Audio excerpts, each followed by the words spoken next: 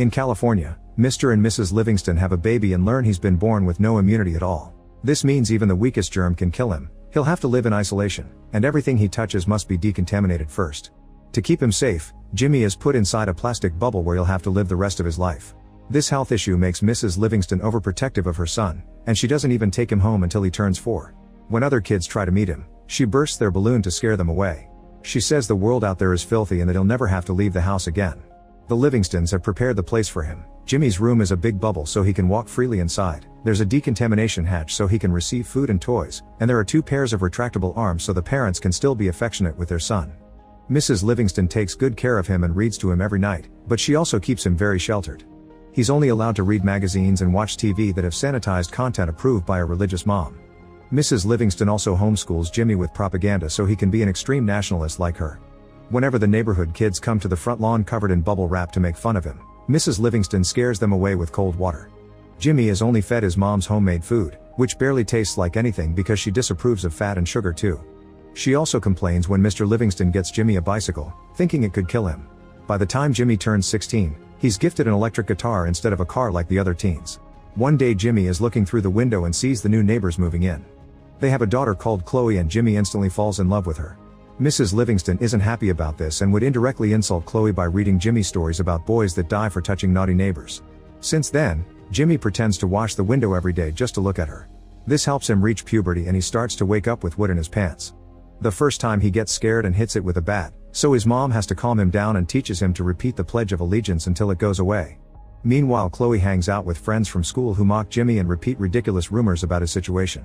She scolds them for it and decides to finally introduce herself. Mr. Livingston opens the door without a care and Chloe follows the tube system to Jimmy's room, where he finds him falling out of the decontamination hatch. Jimmy gets nervous when he sees her body up close and calls her the bad word her mother uses, not knowing its real meaning. Chloe plays along and asks about his guitar, promising to come back tomorrow for another visit. The next Jimmy teaches her how to play guitar using the glove hands on the bubble and recites the pledge every time his body gets too interested.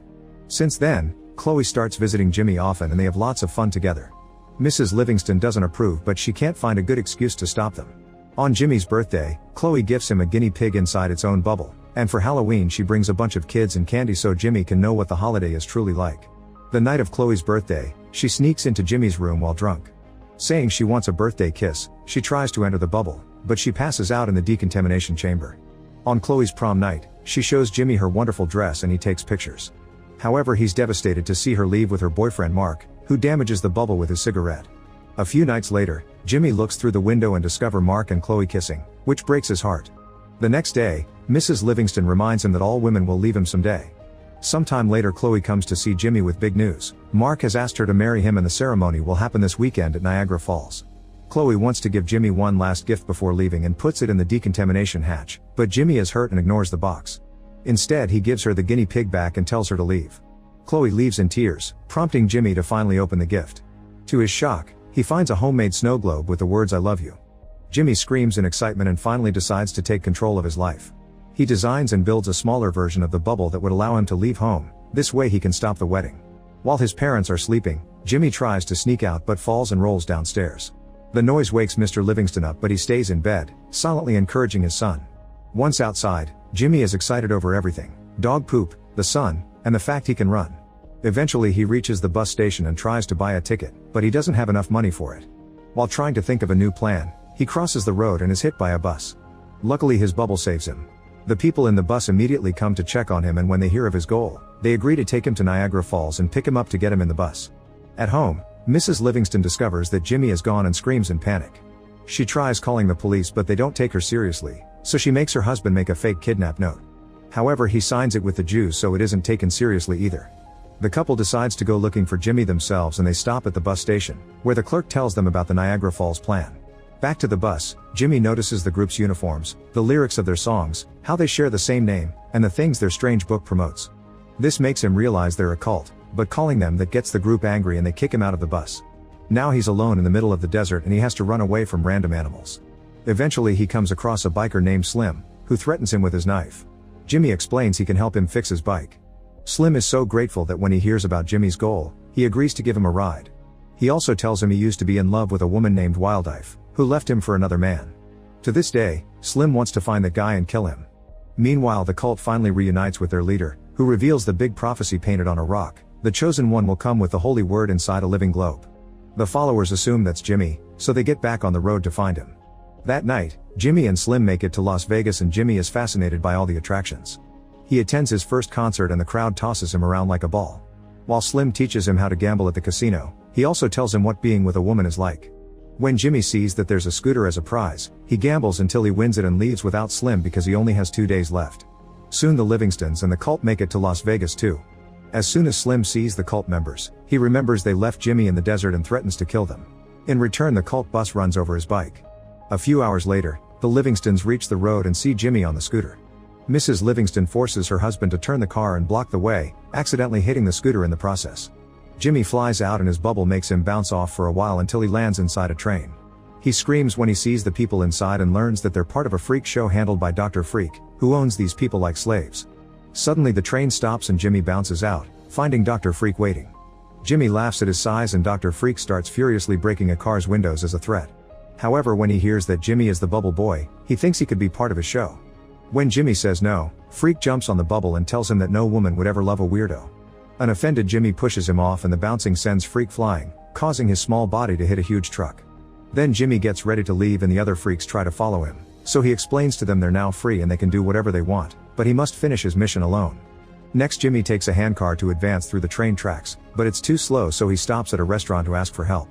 He finds a sheriff and a bunch of rednecks mocking a man called Push Pop, and Jimmy comes to his defense. The men start mocking him instead, but when they hear he's got not immunity, they think it's some disease and everyone starts running away, leaving Jimmy inside. When they slam the door, a lamp falls and starts a fire in the restaurant. Jimmy panics as he tries to find an exit. Thankfully, Push Pop appears on the back door and takes Jimmy away in his ice cream and curry truck.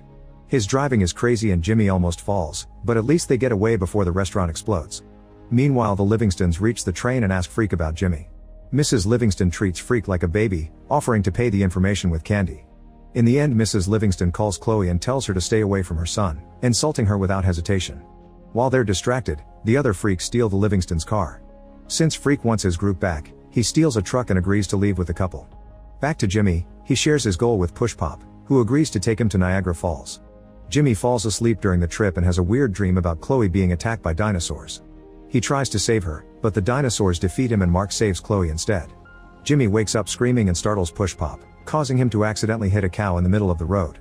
This greatly upsets him because cows are sacred in his religion, but Jimmy quotes his mom saying all other religions are lies. Offended, Push Pop tells Jimmy to go away while he stays to do a ritual for the cow's death. Jimmy gets going while tasting ice cream for the first time. Minutes later, a truck drives by and crushes the cow even more. Soon Slim also appears with a whole gang of bikers and they ask Push Pop about the cult. While waiting, they have Push Pop's ice cream and watch in surprise how the cult bus shows up to drive her over their bikes. Luckily, Push Pop agrees to give the gang a ride. Meanwhile, Chloe is trying on her wedding dress, but she's having doubts because she can't stop thinking about Jimmy. In the evening, Jimmy manages to reach a town and asks Pappy for a ride, but he must pay $500. Obviously he doesn't have that money, but he sees a sign advertising a cash prize and enters the building. It turns out to be a naughty club, where he agrees to fight in the mud with two gorgeous women. Because of the bubble, the women keep slipping off and can't hurt him, so Jimmy easily wins the fight while he keeps reciting the pledge. With the money in hand, Jimmy comes out to look for Pappy, only to find the cult bus instead. The cultists immediately kidnap him, which is seen by the freaks that just arrived. Jimmy is taken to the ritual spot, where the cultists get Reed to free him from his bubble. While everyone prays, the freaks steal some uniforms and try to save Jimmy, but when the cultists see them they think the ritual failed and everyone is mutating. Everyone panics and the freaks use the distraction to move Jimmy away, only to find the way blocked by Slim and the gang. A crazy fight ensues among the bikers, the freaks, and the cultists, during which Jimmy runs to pay Pappy so they can finally drive off. While everyone runs back to their vehicles to continue the chase, Jimmy falls asleep in the car. The next morning, he's shocked to discover Pappy died while still driving. The car loses control and a sudden turn sends Jimmy flying right through a sign by the road. The car continues without him, so Jimmy decides to enter a grocery store to call Chloe. Unfortunately, Mark picks up and tells Jimmy to give up because they're getting married in an hour. Losing all hope, Jimmy calls his mom to ask her to pick him up. An excited Mrs. Livingston throws Freak out of the car because she doesn't need him anymore. While waiting, a crying Jimmy tells the girl at the counter if he can have a beer for free, and the girl agrees. Jimmy can't tell she isn't the real clerk, she's a robber who is keeping the actual employee hidden outside the counter. As soon as Jimmy takes his first sip of beer he passes out. Eventually his parents find him and get him in the car, But before leaving, Mrs. Livingston must go to the bathroom. Jimmy and his dad use this time alone to finally bond, and it's clear that Mr. Livingston is jealous that Jimmy got to have fun. He uses a moon metaphor to tell his son to never give up, and Jimmy runs away. Mrs. Livingston freaks out when she notices and makes her husband chase after their son. Soon the other three groups show up as well, screaming at each other over Jimmy. The chase takes them to an airport, where an airplane is about to take off. Jimmy climbs on it and gets to escape just in time, laughing when he sees the pilot is Pappy's twin brother Pippi. The sudden takeoff causes the four vehicles to crash against each other, and Slim is shocked to see that Mrs. Livingston is his ex-girlfriend Wildfire. Moments later, the plane makes it to Niagara Falls at the same time the wedding ceremony is starting. The plane starts malfunctioning, so Pippi has to pull off a crazy move to avoid crashing. However, it causes Jimmy to fall off and land in the water. Remembering everything Slim taught him, Jimmy lets the waterfall guide his way as he floats in his bubble. In the church, Mark says "I do," but Chloe hesitates. At that moment, Jimmy bursts in and shocks Chloe by coming out of his bubble, saying he'd rather have a minute with her than a whole life alone. Then he kisses Chloe and tells her he loves her before collapsing. Chloe thinks he's dead as the Livingstons arrive with all the other groups. Mrs. Livingston cries for her dead son, but her husband is done and forces her to confess the truth. Jimmy isn't sick anymore. He got better when he turned 4, that's why they took him home from the hospital that year. Mrs. Livingston has been lying to him to keep him in the house forever. Jimmy wakes up and is so happy to have a chance at life that he forgives his mother. Then he finally gets together with Chloe. Sometime later, Jimmy and Chloe get married and all the friends Jimmy made during his adventure attend. Push Pop has brought the cake and a cow. He also reveals the cultists are now following his beliefs. Slim has befriended the Livingstons and they're in a poly relationship. When the happy couple gets ready to leave, they discover their drivers are the old twins, who have found the woman they used to fight over. Make sure to subscribe and turn on notifications so you can watch more videos like this. Thanks for watching.